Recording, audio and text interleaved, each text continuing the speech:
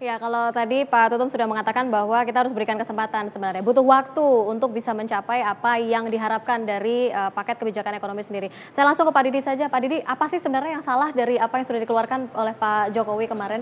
Kok sampai tidak pasar sampai tidak memberikan respon positif begitu? Enggak dong, itu kan enggak boleh tanya baru rencana kok diminta dampaknya. Kan enggak ada. Saya merencanakan bikin jembatan, dampaknya ke arus lalu lintas kan nggak ada, baru rencana saja, baru mau. Apa yang salah? Nggak ada yang salah, kan niat baik. Ya, ya. Niat baik kalau dalam agama itu pahalanya satu. Jadi Pak Jokowi dapat pahala satu. Oke. Kritik saya begini ya, kritik saya begini ya, kalau orang pintar itu dikritik terima kasih, kalau orang tidak pintar marah. Ya. Kritik saya ini telat. Terlambat justru. Mestinya itu awal tahun. Tapi karena tidak mau mengaku krisis, baru dilaksanakan. Dan kita sudah punya praktek-praktek yang terbaik di masa lalu. Ya. Kritik yang kedua, ini baru appetizer. Baru, ini kalau saya baca baru belum apa-apa, baru secuil. Gitu.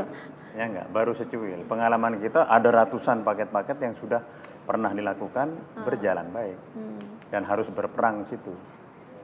Jadi ini telat, ya, sangat telat. Nah daripada telat, lebih baik dijalankan. Lebih baik tidak usah? Lebih baik dijalankan. Oh, lebih baik dijalankan. Nampaknya ini penyiarnya yang memprovokasi. Ini hanya mengklarifikasi loh. Yang memprovokasi kita diprovokasi. Ya, baik. Ya, tapi kalau kita melihat sendiri apa yang sudah disusun kemarinnya rancangannya, kalau memang dikatakan telat, Pak Didi, langkah cepat lah mungkin. Ini baik tapi nggak cukup. Ini baik tapi tidak cukup. Saya kira, menurut saya, perkiraan saya, keberaniannya kurang nanti. Perlu didorong dan dibantu. Kenapa? Zaman Pak Harto dulu ketika krisis tahun 80-an, itu separuh dari Departemen Keuangan disapu bersih. Ya, diganti oleh SGS pada waktu itu untuk menjalankan ekspor-impor secara efisien. Nah sekarang pelabuhan itu kan sarang penyamun kata Pak Anwar, kira-kira begitu. Kalau begitu apa yang bisa kita bantu untuk saat ini? Ya artinya begini, ini kan untuk melakukan gerakan kolektif besar. Zaman Pak Harto dulu kan kuat, ya. Tapi sekarang ini kan ya partai kecil-kecil ya, itu harus menyatukan secara kolektif agar krisis ini bisa selesai. Kalau enggak, kita melakukan satu langkah dihajar di DPR nggak jadi, dihajar nggak jadi. Kira-kira seperti itu. Oke, Mas Reza, apa langkah cepat? Saya khawatir justru ini, khawatir tidak jadi gitu. Karena kekuatan politiknya itu justru ada kekhawatiran besar begitu ya dari sisi yang lain, dari sisi politik. Kalau dari Mas Reza, apa yang bisa dilakukan dengan cepat sebenarnya? Kalau ini mungkin masih rancangan dalam paket kebijakan ekonomi. Ya, saya pikir apa yang dikatakan Pak Didik benar ya, bahwa ketika katakanlah pemerintah, terutama Pak Presiden Jokowi memiliki keberanian untuk bisa menggebrak perekonomian ini akan mendapatkan respon dari pelaku pasar itu. Ya memang benar apa yang dikatakan oleh Pak Bambang dan Pak Tutum tadi bahwa kebijakan yang baru dikeluarkan belum tentu akan berjalan dalam waktu 1-2 hari gitu kan. Makanya saya selalu katakan bahwa kebijakan ini kan tidak seperti membangun Candi Prambanan dalam sehari semalam jadi gitu. Nah, tapi bagi pasar ini sudah berjalan sampai dengan 3 kuartal ini belum ada gregetnya dari pemerintah. Nah itu yang akhirnya direspon negatif dari pelaku pasar itu. Yang memang kalau kita lihat memang butuh proses itu. Tapi pelaku pasar akhirnya melihat ketika apa yang sudah dikampanyekan oleh Presiden Jokowi dan Pak Yusuf Kalla sampai dengan kuartal pertama belum banyak yang berjalan, kuartal kedua lewat,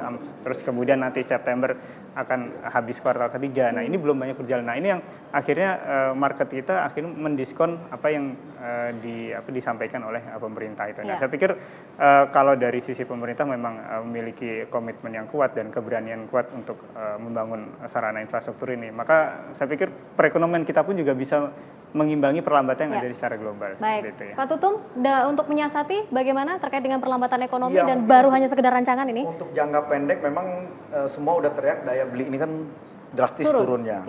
Bagaimana jaring pengaman ini atau stimulus untuk mendongkrak itu secara cepat. Kalau itu yang bisa dilakukan, mungkin sambil perbaikan, deregulasi apapun, itu mungkin ada semangat kita untuk membetulkan. Tapi kalau itu tidak ada tiap hari lesu darah, saya kira semua orang juga nggak semangat mikir ke arah sana. Tiap hari mikirin dagangannya, palanya pusing.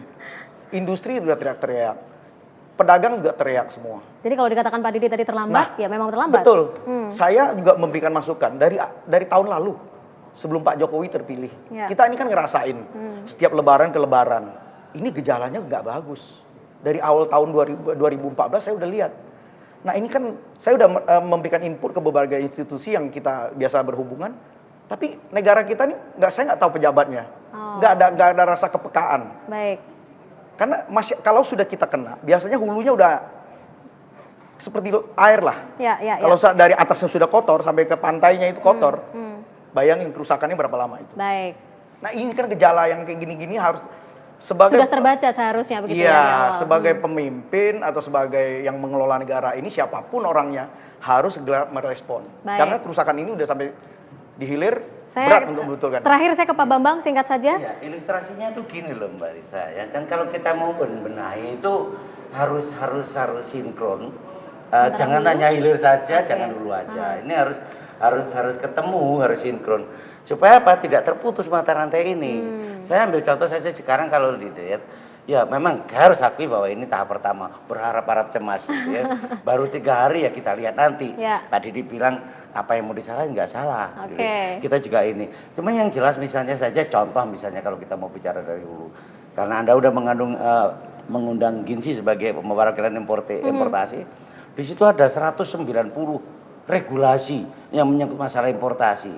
Ini dari hulunya. Ya. 134-nya itu ada di Kementerian Perdagangan. Misalnya, sampai sekarang apakah mungkin nanti di tahap kedua, saya juga nggak tahu. Tapi tentunya itu sangat kami harapkan agar terjadi pertemuan antara hilir dan hulu ini tidak boleh terputus. Itu yang harus diselesaikan lebih Ya, awal begitu ya. Tidak hanya tidak salah satunya terputus, saja. ya. Ya, baik Bapak-bapak saya mohon maaf karena waktu kita sangat terbatas sekali. Saya harus akhiri perbincangan kita untuk malam hari ini. Pak Didi terima kasih, Bapak-bapak terima kasih sudah hadir pada malam hari ini. Dan pemirsa, apa yang sudah dikeluarkan oleh Presiden Joko Widodo terkait dengan paket kebijakan ekonomi memang harus diberikan apresiasi walaupun sebenarnya pasar juga belum memberikan respon positif. Namun kita tunggu saja terkait dengan pertumbuhan ekonomi yang terus saja akan terjadi di Indonesia. Saya Rizka Indah pamit, terima kasih. Selamat malam.